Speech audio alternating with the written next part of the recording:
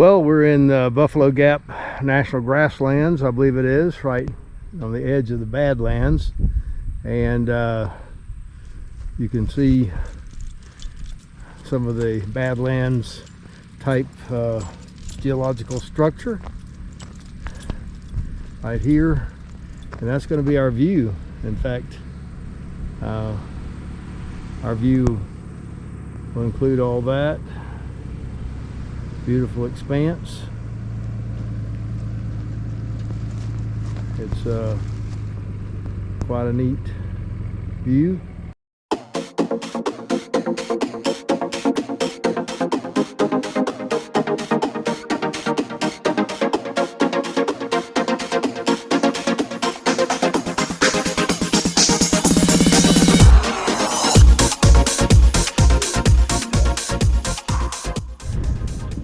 What's really good about this area, I mean, besides the open expanse area and it being free places to camp, is we have great cell coverage. There's all kind of cell towers out here. That's encouraging because it's nice to have download and upload speeds that are acceptable.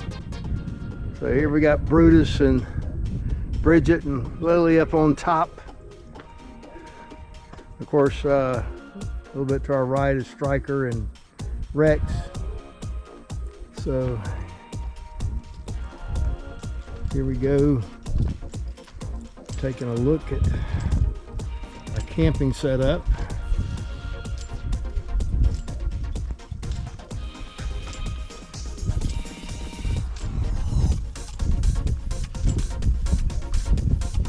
Couple and a truck camper right next to us here. But there's plenty of room for us all. Back of our camper, we come around. What's nice is that we have shade in the afternoon from the afternoon sun, so we can sit out and enjoy the cool breezes. Oh wow, that feels really good once you get out of the sun rays. So we're enjoying our new Gen 2 MORryde solid step. Much easier to adjust. Okay, it looks like we left one of the compartments open on Brutus. It's something we have to constantly be doing, is checking after ourselves, because if not, you'll forget. Leave something open, check the door locks, all that's good. Brutus did a good job bringing us here today, no problems. Thankful for that. We're certainly grateful for our Grand Design Solitude. It has been a great home for us. We really love it. So thank you, Don Clark and all the team at Grand Design, for doing a great job on this one.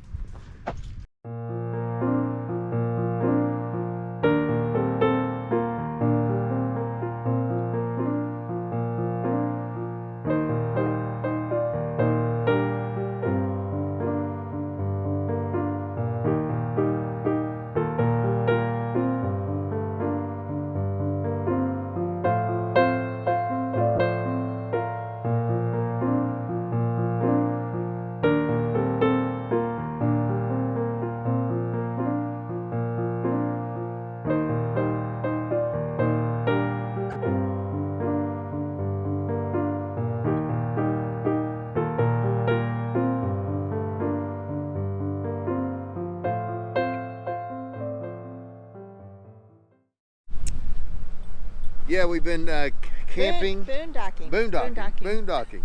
Yeah, glampdocking. Glampdocking, yes.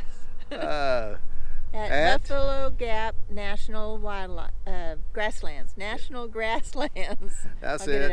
But we thought we would just share with you a little bit about our boondocking experience, because the weather yesterday and today have been absolutely gorgeous. However, a couple nights ago, we had quite the experience. Tell us about it.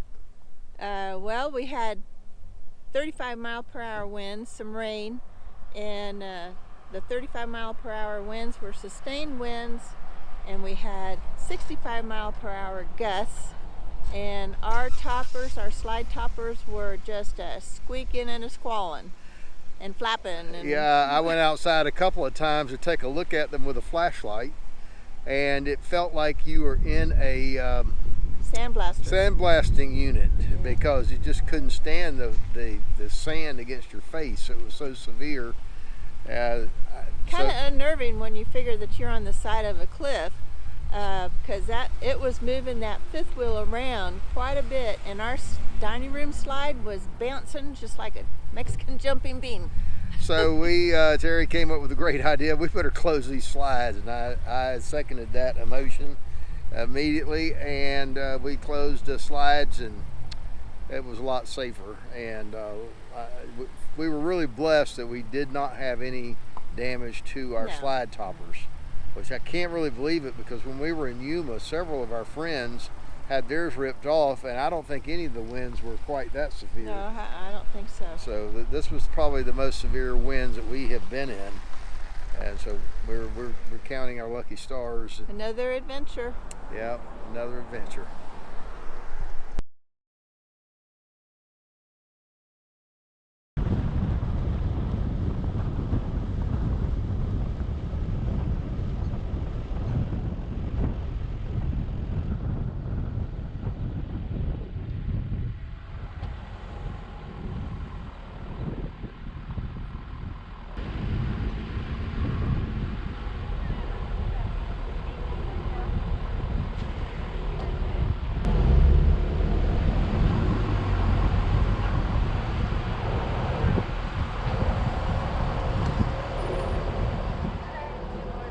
Good morning.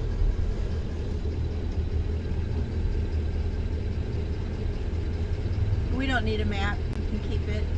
Thank you. Have a good day. You too.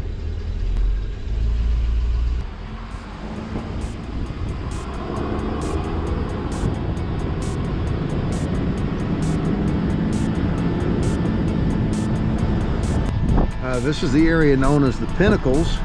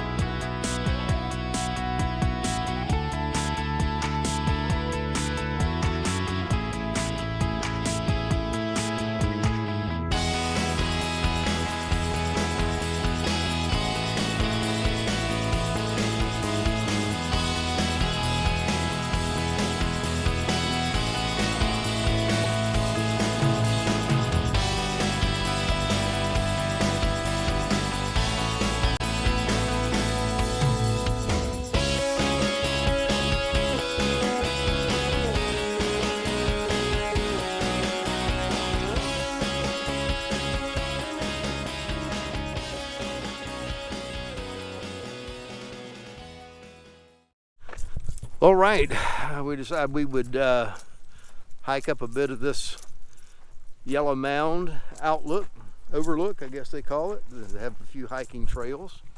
We're not going to do anything extensive, but just thought we'd get up here and see a little bit different perspective.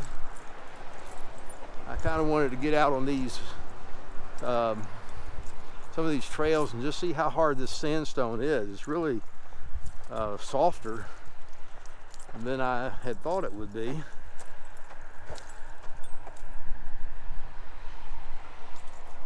It's crumbly, yeah, that's the word. It's certainly But look at those colors. Pretty awesome.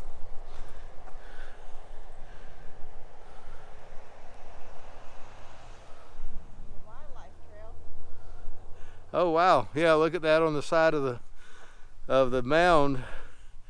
Certainly not a hiking trail for humans, but those Bighorn Sheep, they have their own wildlife trails. They got one going up that valley there too. Right there. Oh yeah.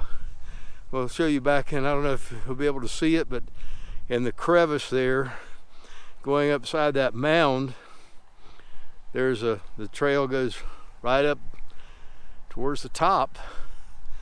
Pretty amazing. That's pretty well used. Yeah, that one really looks quite well used.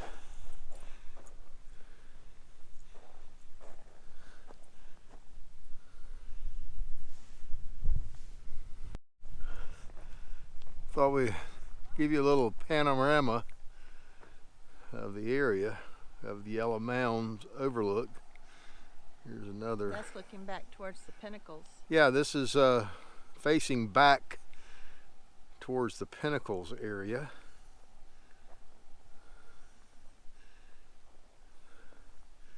There's our dually truck down below.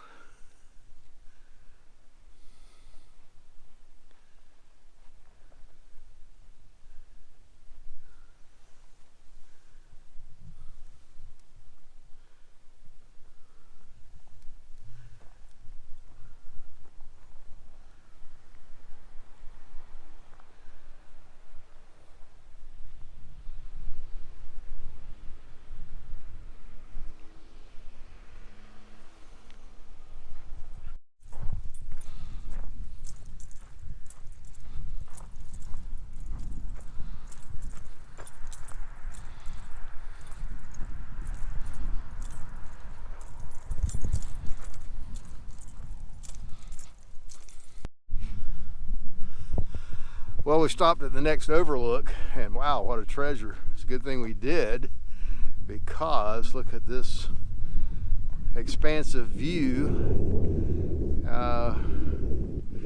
What's really neat, you can see some of the yellow mounds down below. I'll walk up here to this cliff edge. Have to be careful because I don't have the best balance in the world. But to get up here near this cliff edge, you can see the yellow mounds down below, and we're facing back towards the Pinnacles area and the upper sections there. As we pan right on around to see this mighty expanse. So what's your impression of seeing this view, Terry? Yeah, it's quite unique. You know, you have the geological formations of this whole area, and then you have just this big expanse of flat plains, and they look like they're going to be totally flat, but there's actually crevices of valleys, and not valleys, but washes maybe. So there's a lot to see here. I always like coming to these places. Yeah, we just like exploring God's creation, and we'll talk a little more about it, you know, what the typical scientist's view of how this was formed, and what we view it as from a biblical standpoint as Bible-believing Christians. How we believe that these formations came to pass, and I think there's a great comparison in this and what we saw at Mount St. Helens back a few decades ago.